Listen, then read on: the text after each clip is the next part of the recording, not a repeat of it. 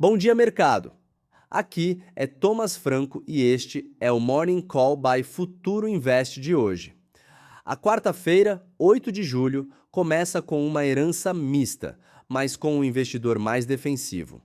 Ontem, o Ibovespa fechou em queda de 0,25%, ainda defendendo a faixa dos 172 mil pontos, mas com uma composição ruim, porque Vale, bancos e ações cíclicas pesaram, enquanto petróleo e energia amorteceram parte da queda.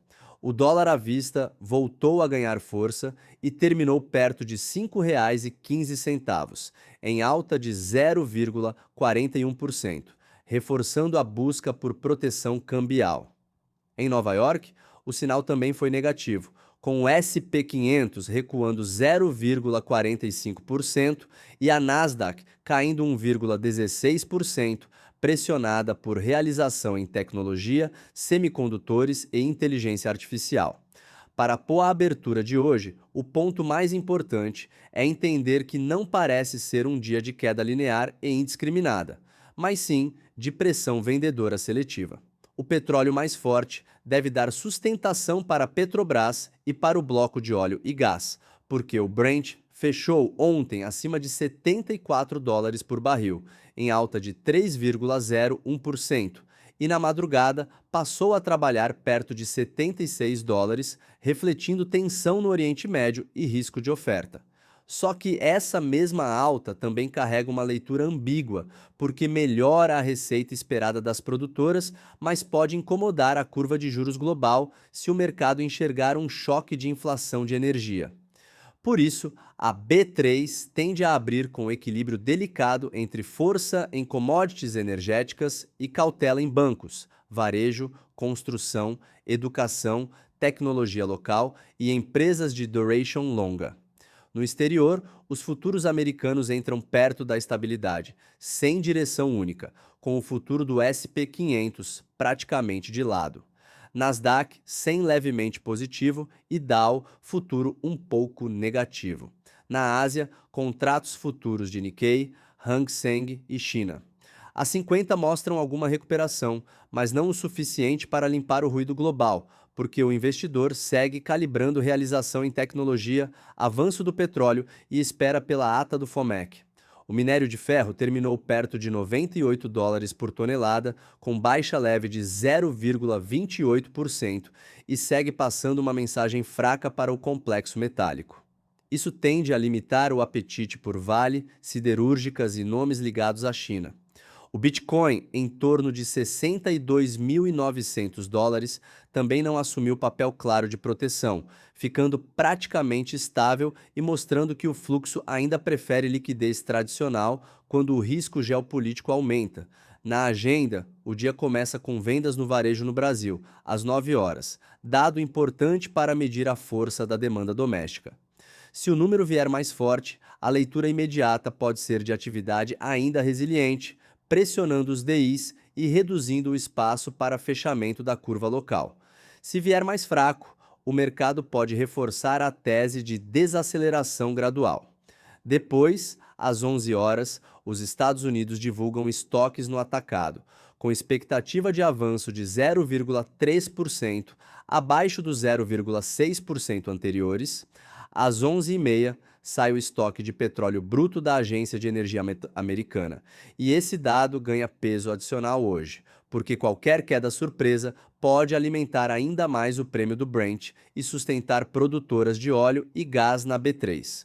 Uma alta inesperada, por outro lado, pode tirar um pouco da pressão do barril e reduzir o fôlego comprador no setor. O evento central vem às 3 da tarde, com a ata do FOMEC da reunião de 16 e 17 de junho. Naquela decisão, o Federal Reserve manteve os Fed Funds na faixa de 3,50% a 3,75%. E agora o mercado quer saber o tom por trás do comunicado. Se a ata mostrar preocupação persistente com inflação, pouca confiança na convergência dos preços e baixa disposição para cortes, o efeito mais provável é de alta nos treasuries, dólar global mais forte e abertura dos DIs longos no Brasil.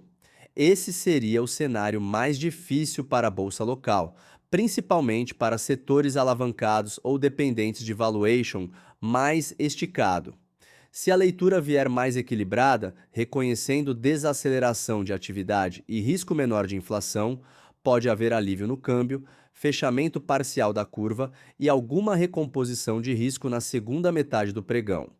Mais tarde, às 4 da tarde, o crédito ao consumidor americano ajuda a medir o ritmo de alavancagem das famílias, com expectativa de 17 bilhões e meio de dólares, abaixo dos 20 bilhões e 700 milhões anteriores. E à noite, às 10h30, a China divulga a inflação ao consumidor e inflação ao produtor, com expectativa de inflação ao consumidor em 1,1% e inflação ao produtor em 4,1%, dado que pode mexer com commodities e ADRs no pós-mercado. Na parte técnica, o Ibovespa chega tentando defender a faixa dos 172 mil pontos. O suporte mais próximo fica entre 171.400 e 171.500 pontos, região parecida com a mínima de ontem. Se perder esse ponto logo na abertura, o índice pode buscar 170.800 pontos. E depois, a marca psicológica dos 170 mil pontos. Para cima, a primeira resistência está na região de 173.500 a 173.600 pontos, perto da máxima anterior. Acima disso, o mercado volta a mirar 174 mil pontos. A leitura tática, portanto, é não perseguir qualquer movimento no leilão, né? O melhor é observar dólar, DIs, treasuries e petróleo antes de assumir risco maior, porque a abertura pode mostrar compradores em petróleo, mas o índice como um todo depende de bancos e fluxo estrangeiro. No bloco de commodities, Vale tende a abrir pressionada, ou no mínimo, sem uma força clara de compra. A queda leve do minério não seria sozinha motivo para forte ajuste, mas ela vem junto com uma leitura ainda fraca de China e com a própria ação já tendo caído mais de 2% no pregão anterior. Além disso, a renúncia de Daniel Stiller ao conselho adiciona um ruído de governança que pode manter o investidor mais cauteloso. Já a Petrobras deve ser o principal contraponto positivo do índice nos primeiros negócios. A alta do Brent, somada ao prêmio geopolítico no Oriente Médio, favorece as ações preferenciais da Petrobras e também deve melhorar a leitura para Prio, PetroReconcavo e Brava Energia. O cuidado é que petróleo subindo por tensão geopolítica nem sempre é uma notícia limpa para a bolsa, porque pode virar pressão inflacionária e contaminar juros globais. Em siderurgia, o tom é mais prudente para Gerdau, CSN e Usiminas, porque a queda do minério até ajuda a custo, mas sinaliza demanda menos vibrante, e Usiminas ainda carrega a pressão da redução de participação da BlackRock para 4,99%. No corporativo, a Cury chega com uma prévia operacional de leitura mista.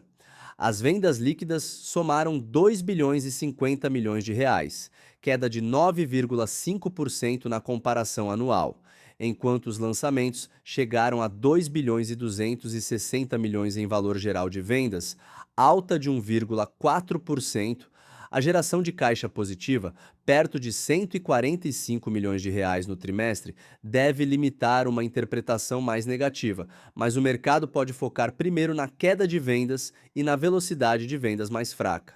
A Tenda, por outro lado, vem com viés mais construtivo, depois de divulgar recordes em lançamentos, vendas e banco de terrenos.